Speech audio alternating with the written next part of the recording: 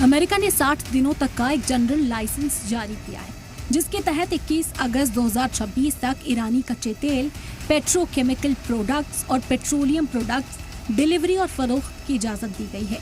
इसके मुताबिक America Iran के खिलाफ माशी पाबंदियां खत्म करेगा, जिनमें यूनाइटेड नेशन की सिक्योरिटी काउंसिल की करारदादों के तहत अहम पाबंदियां और वो पाबंदियां शामिल हैं जो अमेरिका ने एक तरफा तौर पर नाफिज की हुई थी।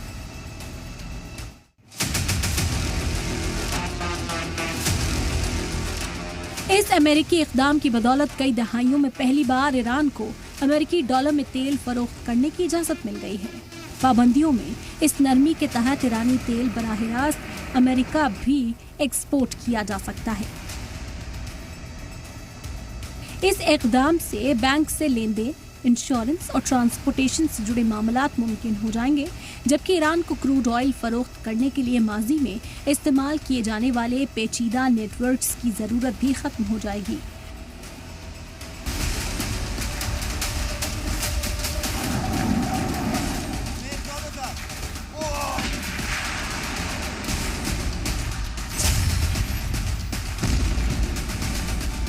हालांकि अमेरिका ट्रेजरी डिपार्टमेंट ने साफ कर दिया है कि ये लाइसेंस नॉर्थ कोरिया और क्यूबा से जुड़े किसी भी लेन देन पर नाफिज नहीं होगा, क्योंकि ये दोनों मुल्क अब भी अमेरिकी पाबंदियों के दायरे में हैं।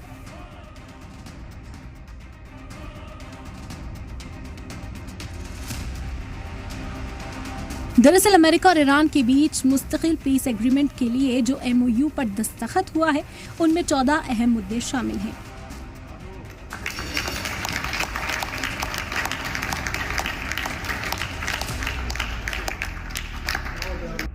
इन्हीं मुद्दों पर रजामंदी बनाने के लिए दोनों मुल्क स्विट्जरलैंड में बातचीत कर रहे हैं, जिसका पहला दौर 21 जून को खत्म हुआ।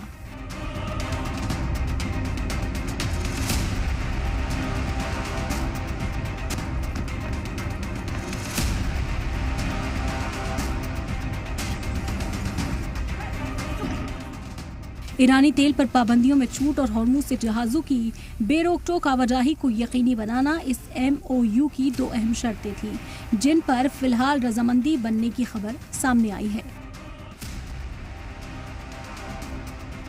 वहीं दूसरी जानिब वॉल स्ट्रीट जर्नल की रिपोर्ट में बड़ा दावा किया गया है कि अमेरिका और कतर मिलकर एक ऐसी प्लानिंग पर काम कर रहे हैं जिसके तहत ईरान को फंसी हुई अरबों डॉलर की रकम वापस दी जा सकती है। इस तजवीज के तहत ईरान को शुरुआती तौर पर करीब 6 अरब डॉलर तक की पहुंच कतर में रखे फंड से मिल सकती है। ईरान का सेंट्रल बैंक इस फंड का इस्तेमाल खाने पीने की चीजें, दवाइयां और दीगर इंसानी जरूरतों की चीजें खरीदने के लिए कर सकेगा। रिपोर्ट में यह भी कहा गया कि ये पूरा फंड आलमी निगरानी में जारी किया जाएगा ताकि इसका इस्तेमाल तय इंसानी मकसद के लिए हो। हालांकि अभी ये प्लानिंग शुरुआती मरहले में है और ईरान की जानिब से इसे लेकर कोई आखिरी रजामंदी नहीं दी गई है। दरअसल गैर मुल्कों में ईरान के अरबों डॉलर अलग अलग मुल्कों और इंटरनेशनल बैंक में अटके हुए हैं। ऐसे में गैर मुल्कों में फंसे ईरान के फ्रीज्ड फंड की टाइमलाइन को भी यहाँ पर समझना जरूरी है।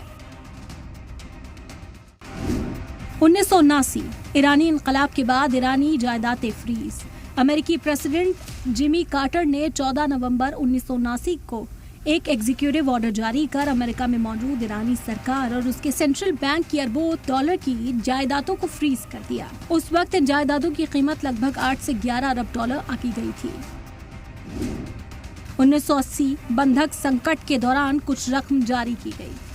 1979 में तेहरान में वाक़े अमेरिकी एम्बेसी पर कब्जे और 52 अमेरिकी बंधकों के बहरान के बाद अमेरिका ने ईरान की तकरीबन 8 से 11 अरब डॉलर की जायदादें फ्रीज कर दी।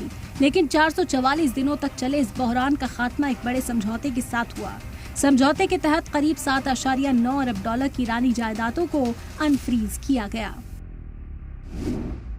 1995 अमेरिका का ईरान के तेल एनर्जी पर सख्त पाबंदी। इस्लामी इनकलाब के बाद से ही अमेरिका और ईरान के रिश्ते कशीदा थे, लेकिन 1995 में दोनों मुल्कों के बीच टकराव नए मोड़ पर पहुंच गया। अमेरिका ने पहली बार ईरान के तेल और गैस सेक्टर को सीधे निशाना बनाते हुए सख्त माशी पाबंदियां लगा दी। 2012 ईरान के न्यूक्लियर प्रोग्राम को लेकर सख्त माशी पाबंदी। ये वो साल था जब ईरान के न्यूक्लियर प्रोग्राम को लेकर अमेरिका और उसके मगरबी इत्तेहादियों ने तेहरान पर अब तक की सबसे बड़ी सख्त माशी पाबंदियां लगा दी। इन पाबंदियों का मकसद ईरान को अपने न्यूक्लियर प्रोग्राम पर बातचीत के लिए मजबूर करना था। 2015 न्यूक्लियर समझौते के बाद कुछ फंड्स जारी। कई साल की सख्त माशी पाबंदियां और लंबी डिप्लोमेटिक बातचीत के बाद 2015 में ईरान और दुनिया की 6 बड़ी ताकतों के बीच तारीखी न्यूक्लियर समझौता हुआ। इस समझौते को JCPOA यानी joint comprehensive plan of action के नाम से जाना जाता है। अमेरिका, ब्रिटेन, फ्रांस, रूस, चीन और जर्मनी के साथ हुए समझौते के तहत ईरान ने अपने न्यूक्लियर प्रोग्राम पर कई पाबंदियां कबूल की। बदले में उस पर लगे कई आलमी इक्तसादी पाबंदियों में ढील देने पर रजामंदी बनी। 2018 ट्रंप ने अमेरिका को न्यूक्लियर समझौते से बाहर निकाला। 2015 के न्यूक्लियर समझौते से ईरान को मिली इक्तसादी राहत ज्यादा वक्त तक नहीं टिक सकी। 2018 में अमेरिकी प्रेसिडेंट डोनाल्ड ट्रंप ने एक बड़े फैसले में अमेरिका को JCPOA यानी कि ईरान न्यूक्लियर समझौते से बाहर निकाल लिया। 8 मई 2018 को ट्रंप ने ऐलान किया कि समझौता अमेरिका के हितों की हिफाजत करने में नाकाम रहा। उनका इल्जाम था कि ईरान न्यूक्लियर सरगर्मियों के साथ साथ इलाके में अपना असर भी बढ़ा रहा है। इसी वजह से अमेरिका ने समझौते से हटने और पाबंदी दोबारा नाफिज करने का फैसला किया। 2026 फ्रीज्ड फंड का मुद्दा सबसे बड़ी शर्तों में शामिल। करीब 5 दहाइयों से जारी अमेरिका ईरान तनातनी में 2026 का समझौता एक नए मोड़ के तौर पर देखा जा रहा है। इस बार बातचीत का सबसे अहम और मुतनाज़ा मुद्दा ईरान के गैर मुल्कों में फंसे लगभग 24 अरब डॉलर के फ्रीज हुए फंड रहे। ये रकम आमतौर पर ईरानी तेल एक्सपोर्ट में हासिल हुई कमाई है, जो कई साल से अलग अलग मुल्कों के बैंकों में अमेरिकी पाबंदियों और माली पाबंदियों की वजह से अटकी हुई है। कुल मिलाकर आज अमेरिका और कतर की कोशिश सिर्फ अरबों डॉलर जारी कराने की नहीं, बल्कि उस अविश्वास की खाई को कम करने की है जो 1979 की ईरानी इनकलाब और बंधक संकट के बाद से दोनों देशों के बीच बनी हुई है। इसलिए फ्रीज फंड्स का सवाल किसी भी संभावित अमेरिका ईरान समझौते की सबसे अहम शर्तों में गिना जा रहा है। सलाम टीवी के लिए दिल्ली से नदीम अहमद की रिपोर्ट।